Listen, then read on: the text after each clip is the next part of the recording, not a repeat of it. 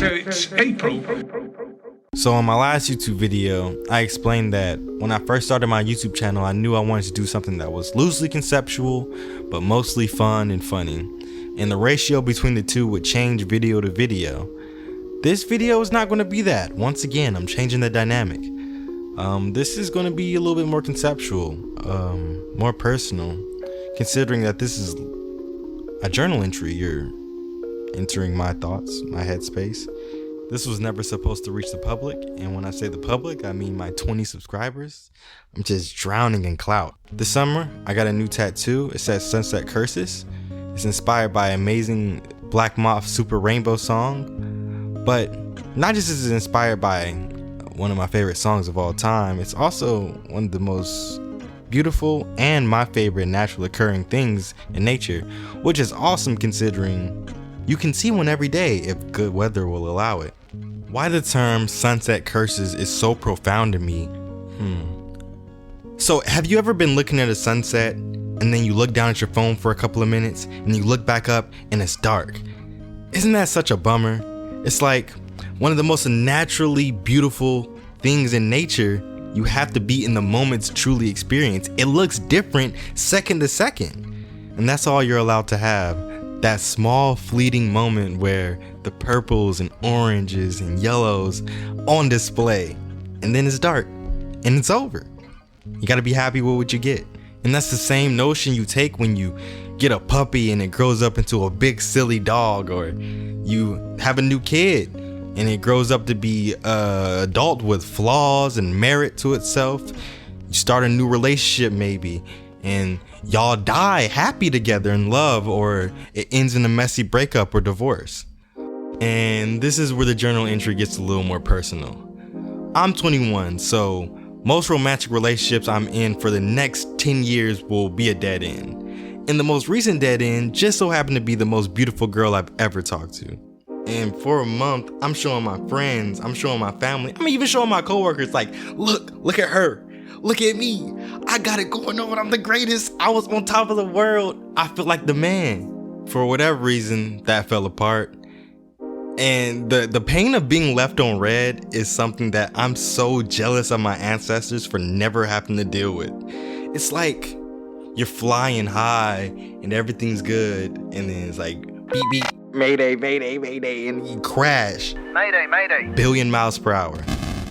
After building back up my self-esteem, confidence, and weathering the storm, this may seem lame and corny, but I actually appreciate that month. I spent that whole entire time feeling on top of everything. That's nothing to just scoff at and throw away in the trash. I want to get back to that place mentally without anyone else involved, but in that time period, that short fleeting moment, everything worked, and that's awesome. But let me get out of my feelings and up the stakes a little bit. So a couple of weeks ago, I was in Jacksonville, Florida with my friend named Tyler. He wanted me to come with him to watch some wrestling events and also explore the city. I'm thinking, sounds like a quest. Also, a great start to the summer. So I said yes. I'm not even a wrestling fan. It just wasn't something introduced to me in childhood. But I went, was having a great time.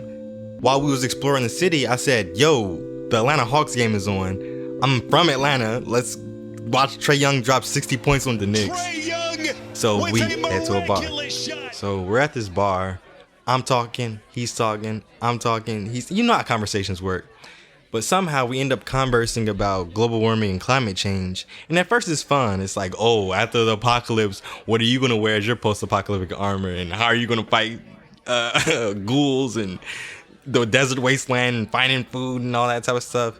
And then it gets to a point where I go, we're definitely going to fix the world, right? And he says, yeah, definitely. And I go, but what if we don't? And it gets awkward for a couple of seconds. Then I say, this may be the peak of humanity right here.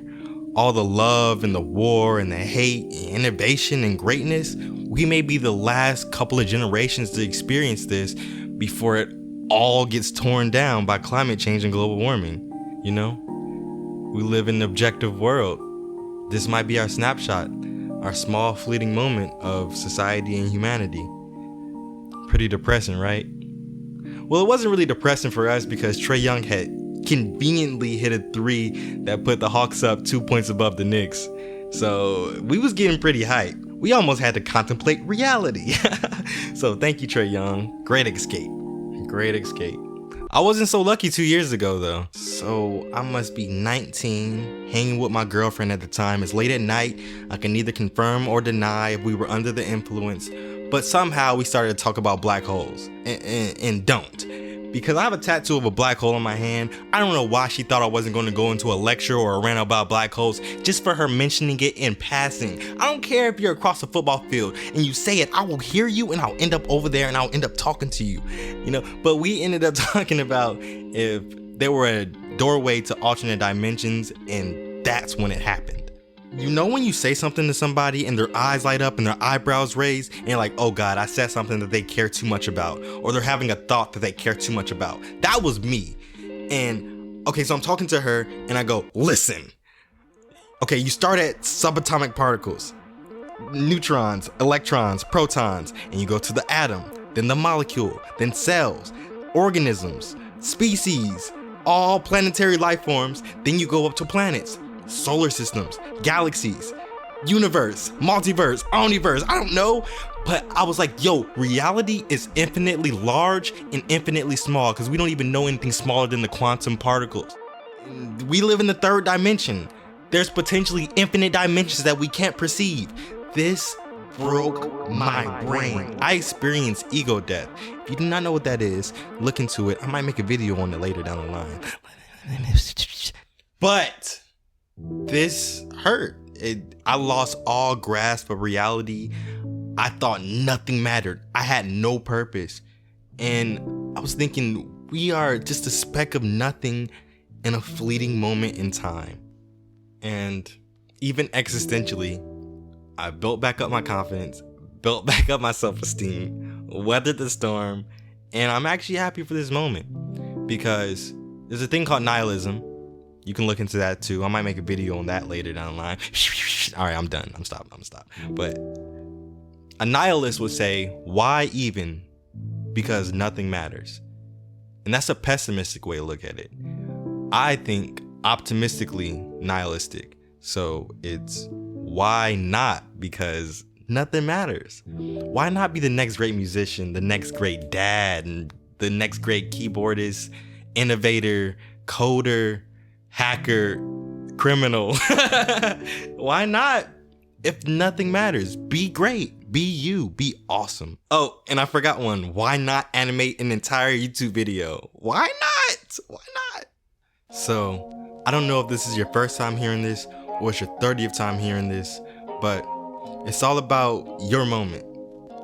This moment is the moment and only moment we have. There was something beautiful and awesome and horrible happening before we were born, and it's happening now, and it'll happen after we die. So you just have to appreciate that we're able to perceive this together.